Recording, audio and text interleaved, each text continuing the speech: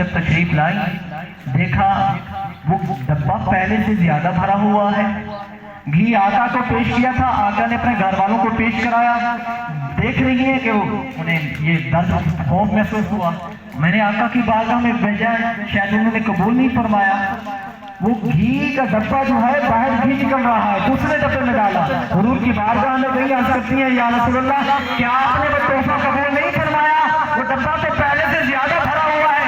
عرض کرتی ہے یا رسول اللہ آپ نے کیوں قبول نہیں فرمایا؟ میرے آقا فرماتے ہیں ام سلیم ہم نے لے لیا, تو نے رسول اللہ کو تحفہ دیا ہے, اس کے رسول نے تمہیں تحفہ دیا ہے. تو کیا کہتے ہیں کہ غریباں تھے یتیماں باتیں یتیماں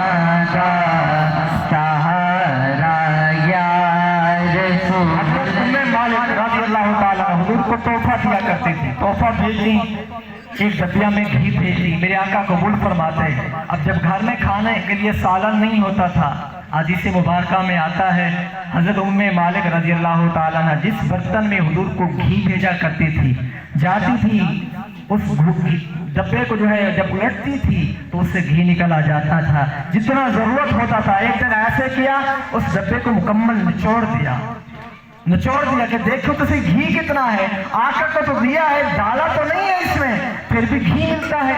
دیکھو تو صحیح گھی کتنا ہے, جتنا ضرورت سے مل جاتا ہے.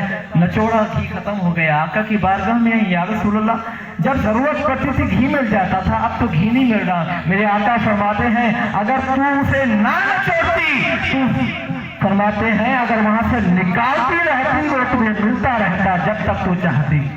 تو کیا سزا تھی صحابہ کی بھی, غریباں تھے یتیماں کا سہارا یا رسول اللہ, غریباں تھے یتیماں کا سہارا یا رسول اللہ.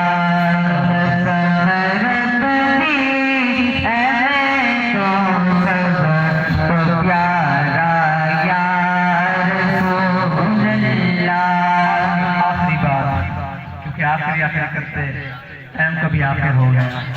اللہ کریم آپ سب کی حاضری قبول فرمائے. آج یہاں حاضر ہیں, ایک موقع گنبد خضرا کے سائیں بھی نصیب ہو جائے. مولانا جامی انہوں نے ایک نعت لکھی حضور کی محبت میں, حضور کے عشق میں. میرے آقا خواب میں تشریف لائے, کرم فرمایا جامی جو نعت لکھی ہے سناؤ. میرے آقا کو نعت سناتے ہیں. صبح جب آنکھ کھلی طبیعت ہی مچل رہی ہے, کیفیت ہی بدل چکی ہے کہ میرے آقا کرم فرمایا اور عزتوں سے نوازا. ذات دی جابی بڑی خوب نعت لکھی ہے. اب تڑپ رہے ہیں کہ آقا پھر کب آئیں گے. ابھی ایک ہفتہ نہیں گزرا, میرے آقا پھر تشریف لائے. فرمایا جامی جو نعت لکھی ہے سناؤ. نعت سنائی. حضور بڑے خوش ہوئے.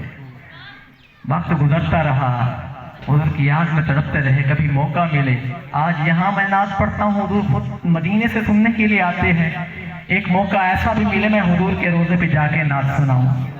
اور جب حج کا موسم آیا, حج سے فراغت پانے کے بعد مدینے کی طرف سفر کیا, اور جو دوسری روایت میں پڑھ رہا ہوں اس میں یہی لکھا تھا کہ جب وہ مدینے کی سرحد کے قریب پہنچا, میرے آقا ایک شخص کے خواب میں آئے. فرمایا جامی آ رہا ہے, اسے کہو مدینے نہ آئے, اللہ کا رسول خود تمہیں جو ہے زیارت کے لیے خود تمہیں ملنے آئے گا. تو جامی کی کیا حسرت تھی کہ بڑی حسرت ہے یا رسول اللہ,